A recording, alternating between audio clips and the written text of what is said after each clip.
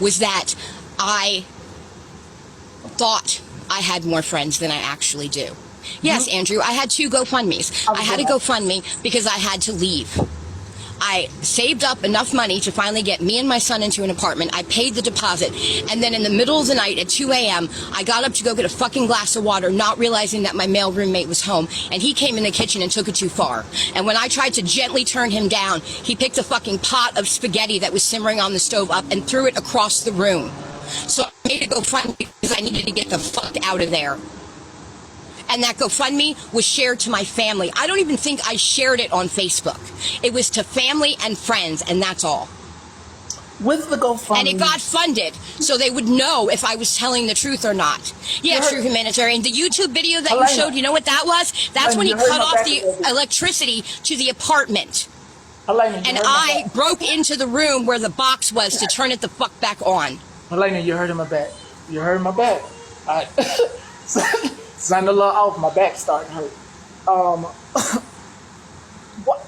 I'm gonna use allegation. That way, I'm not saying that this is you. With these alleged GoFundMe. No, Deb. The cop, not husband. The cop that I was running from was a subsequent situation.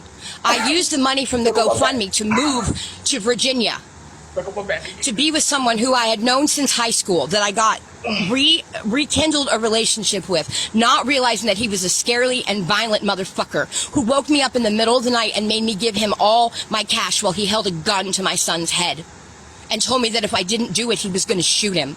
That's when I came on TikTok and started asking for money to get to the fucking domestic violence shelter. So with all these allegations that this person did, why not go to law enforcement instead of... Because he was law enforcement. He was on the domestic... He worked for the special domestic violence unit in the county that I lived in.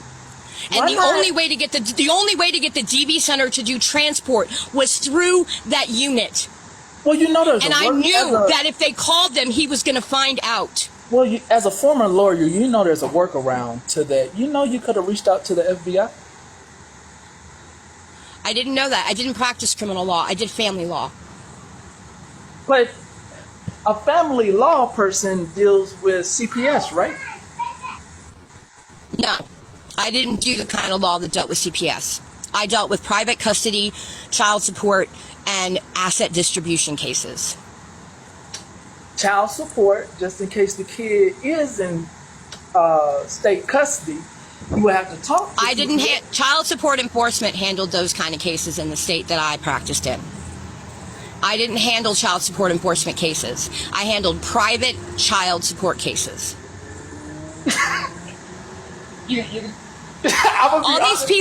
all these people that have great suggestions about what I could or would have done.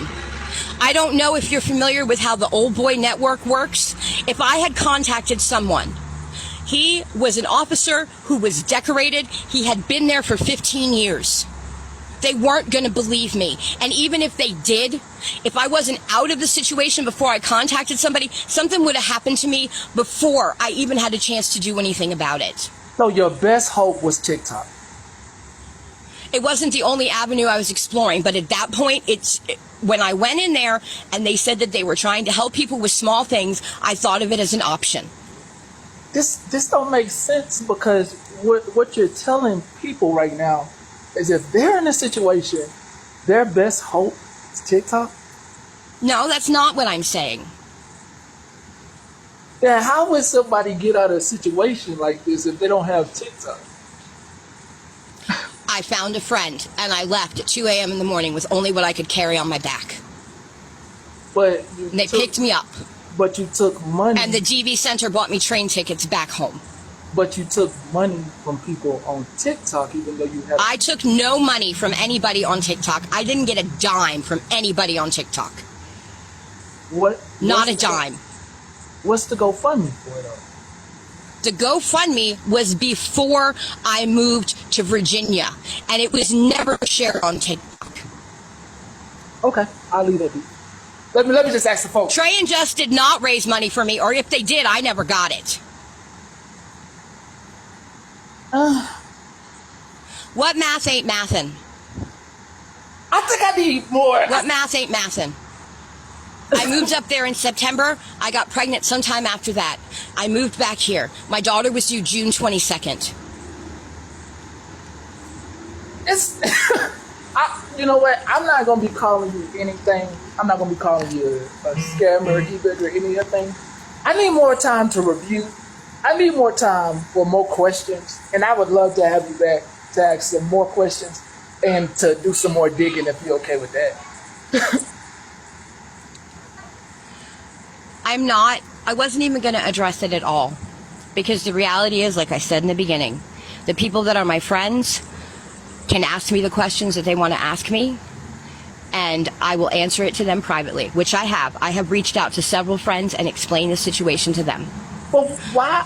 But I'm not going to come on TikTok and explain all of the Let me details. get this question. Let me get this question in. Why are you doing stuff in private? Why? Yeah. Because there's some shit that's nobody's business. Because Andrew already put my safety in jeopardy by contacting a family member. Huh? I don't know how much further people are going to go. I believe Andrew can be petty and messy. I don't believe that one now. Okay? You don't believe it. Now you can't be. I'm currently in a hotel accusations because I like had to that. leave where I was living. You can't be throwing out accusations like that without proof. I don't have to prove anything. But you can't be saying stuff like that on folks without a voice recording or receipt, and just throwing out accusations like that and trying to sully people's name like that. He actually had proof. I can say that he came with receipts when it came to. Yeah, he came with receipts that he talked to an unstable family member. As soon as I got the screen recording saying that he had talked to a family member, I knew exactly what had happened.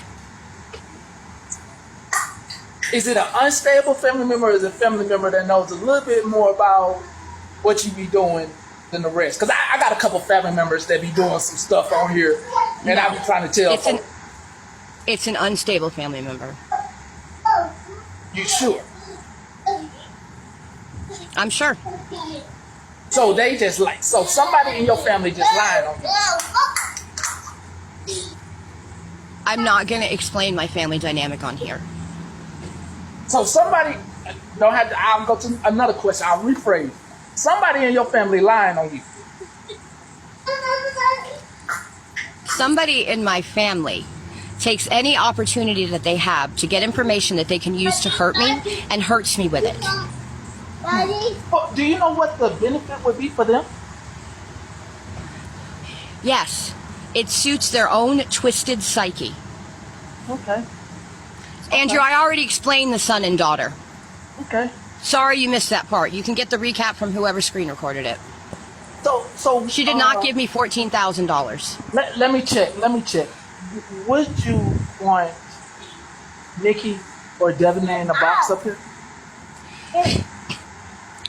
If anybody in here is going to use Devonay as a measure of truth, then How about I don't Nikki? have anything to How say about to them. Nikki? How about Nikki? How about Nikki? Nikki can come in the box if she's not going to start screaming and calling cunt Nikki, rags. request the box. Nikki, request the box. Nikki was going to request the box. I asked. I'm being polite. I'm being very polite. I'm catering. I'm catering. Ashley, I'm sorry if using the word crazy was offensive. That probably was a poor choice of words. She is a mentally unstable family member. Hi. And I already explained why I'm not going to talk to you, true humanitarian. I have no more words to share with you. There is nothing I'm willing to offer you after what you did. So I'm sure you want to come on here and look like the hero who did some big expose into all these lies that you think that I've told. But it's simply not the truth. Okay? You're not my friend. You made that clear. I was willing to have a conversation with you. I would have cleared it all up in a conversation. And maybe after that, I would have went live. But after the way you pulled it, and then to go live and try to make it seem like I refused to come is even worse, because you know damn well that's not what happened. But before I let Nikki go, let me ask you one more question. What is you and my grandma's relationship? My grandma's name's Pam. Goes by TikTok Lesbian Drama. You talking about Huckleberry? Yes, that's my grandma. I knew Huckleberry from Text Lives. That's the extent of my relationship with her. She and I have never so much as had a private conversation.